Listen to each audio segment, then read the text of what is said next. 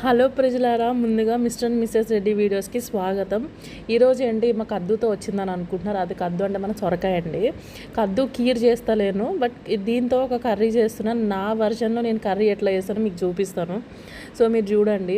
So నేను ఇక్కడ ఎక్కువ సోది చెప్పాను, బికాజ్ ఆల్రెడీ నాకు ఒక అన్న మెసేజ్ చేశారనమాట, నేను ఎక్కువ సోది చెప్తున్నా అని చెప్పి.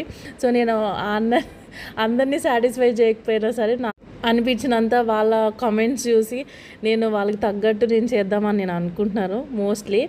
సో మనందరికీ తెలుసు, ముందుగానే ఆయిల్ వేస్తాం, పోపు వేస్తాం, తర్వాత పచ్చిమిర్చి, ఉల్లిగడ్డ అన్నీ వేస్తాము. అది కామన్ ఏ కర్రీలోకైనా సరే.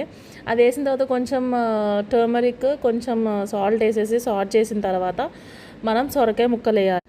సో ఈ సొరకాయ ముక్కలు వేస్తే ఏంటంటే అందులోంచి వాటర్ వస్తాయి కదా, ఆ వాటర్తోనే చాలా వరకు సొరకాయ ముక్కలు మగ్గిపోతాయి అన్నమాట.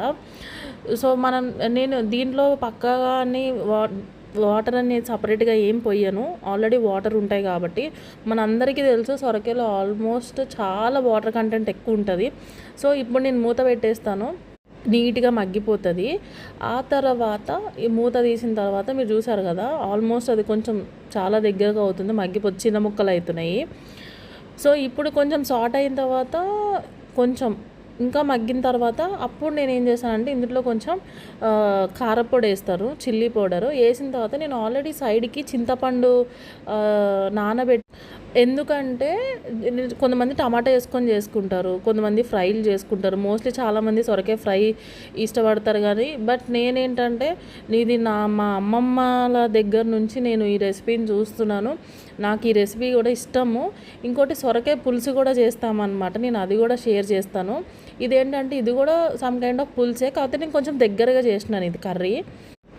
ఇదేంటంటే ఇది రైస్లోకి కానీ చపాతీలోకి కానీ చాలా మంచిగా బాగుంటుంది. సో మీరు ట్రై చేయండి. నేను చింతపండు పులుసు పోసిన కదా, పోసిన తర్వాత కొంచెం బెల్లం వేయాలి, ఎందుకంటే ఉట్టి చింతపండు పులిపే కాబట్టి మన టేస్ట్ని ఎన్హాన్స్ చేస్తుంది. బెల్లం వేస్తే సూపర్ టేస్ట్ వస్తుంది అనమాట. సో ఈ రెసిపీని మీరు ఎట్లయినా ట్రై చేయండి. నేను ముందు మీకు ఇంకా చాలా రెసిపీస్ షేర్ చేస్తాను. నాకు తెలియదు ఈ రెసిపీ ఎంతమందికి తెలుసో తెలీదో. ఇక్కడ ఆల్మోస్ట్ చాలా వరకు ముక్క ఉడికిపోయింది. నేను ఏంటంటే చివరిలో కర్రీ అయిపోయిన తర్వాత ముక్కని ఇట్లా కట్ చేసి చూస్తాను, ఇక్కడ జారుతుంది అనమాట. సో మళ్ళీ నెక్స్ట్ రెసిపీతో మేము ముందుకుంటాను. Bye, see you all. Try చేయండి రెసిపీని.